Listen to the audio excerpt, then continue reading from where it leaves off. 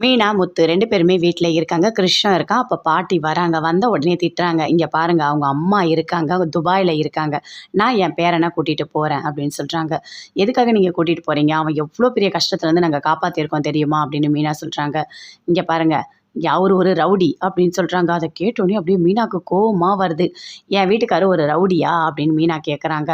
அப்போ, "விடு மீனா, அவங்க பேசுறத பேசட்டும். நீ அமைதியா இரு" அப்படின்னு சொல்றாரு. "இங்க பாருங்க, நீங்க அவன வளர்த்துருங்க. நல்லபடியா வளர்த்துருங்க. அது போதும். அம்மாவோட பாசம் கிடைக்கலனா கூட பரவாயில்ல. ஆனா பாட்டியோட பாசம் கிடைக்கட்டும். கிருஷ்ண நீங்க கூட்டிட்டு போங்க. நல்லபடியா வளங்க" அப்படின்னு சொல்லிட்டு முத்து சொல்றாரு.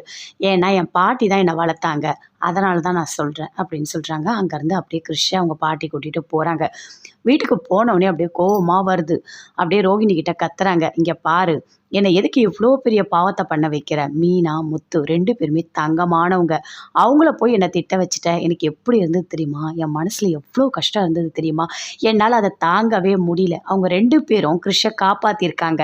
அவங்கள போய் இப்படி பேச வச்சுட்டியே! என்ன பாவத்து மேல பாவத்த சேர்க்க வைக்கிறியே!" அப்படின்னு சொல்லிட்டு அவங்க அம்மா அப்படியே கத்துறாங்க.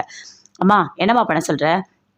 எல்லாம் உண்மைய தெரிஞ்சா என்னால அந்த வீட்ல வாழ முடியாதுன்னு உனக்கு தெரியும் இல்ல.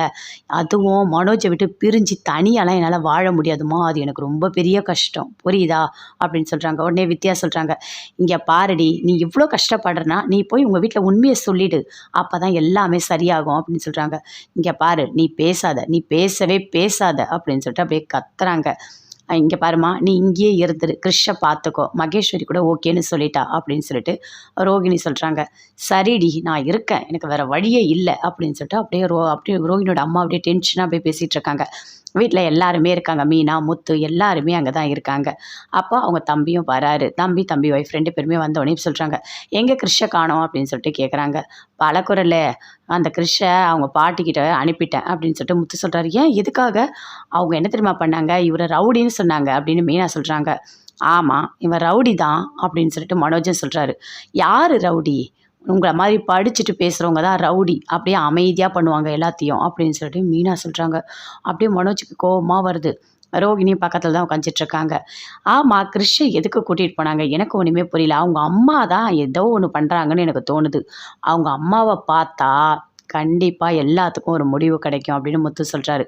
"அவங்க அம்மா சரியான லூசா இருப்பாங்க போல இருக்கு" அப்படின்னு மீனா சொல்றாங்க. அப்படியே ரோகிணிக்கு கோவமா வருது. அப்படியே பார்த்துட்டே இருக்காங்க. கிருஷ்ஷ அவங்க பாட்டி கூட்டிட்டு போயிட்டாங்க அப்படின்னு சொல்லிட்டு இருக்காங்க. அப்ப பலகுரல் சொல்றாங்க. "அப்படியா?" அப்படின்னு சொல்லிட்டு பேசிட்டே இருக்காங்க. "இங்க பாரு, அவங்க கூட்டிட்டு போனா கூட்டிட்டு போட்டும். ஆனா நீ எனக்கு ஒரு ஐடியா குடுத்த பாரு, நான் நல்லா மாட்டிக்கிட்டேன்" அப்படின்னு மனோஜ் சொல்றாரு. "என்ன?" அப்படின்னு சொல்லிட்டு எல்லாருமே கேட்குறாங்க. அப்ப சொல்றாரு, "அந்த பொம்பளை என்னையே மடக்கிட்டா. அவ இப்ப என்ன தெரியுமா பண்றா? என்ன பத்தி எல்லா வீடியோ ஆதாரமும் வச்சுக்கிட்டு, என்கிட்ட இன்னும் ஃப்ரிட்ஜ் வேணும், டிவி வேணும்னு கேட்டுட்டு இருக்கா" அப்படின்னு சொல்லிட்டு மனோஜ் சொல்றாரு.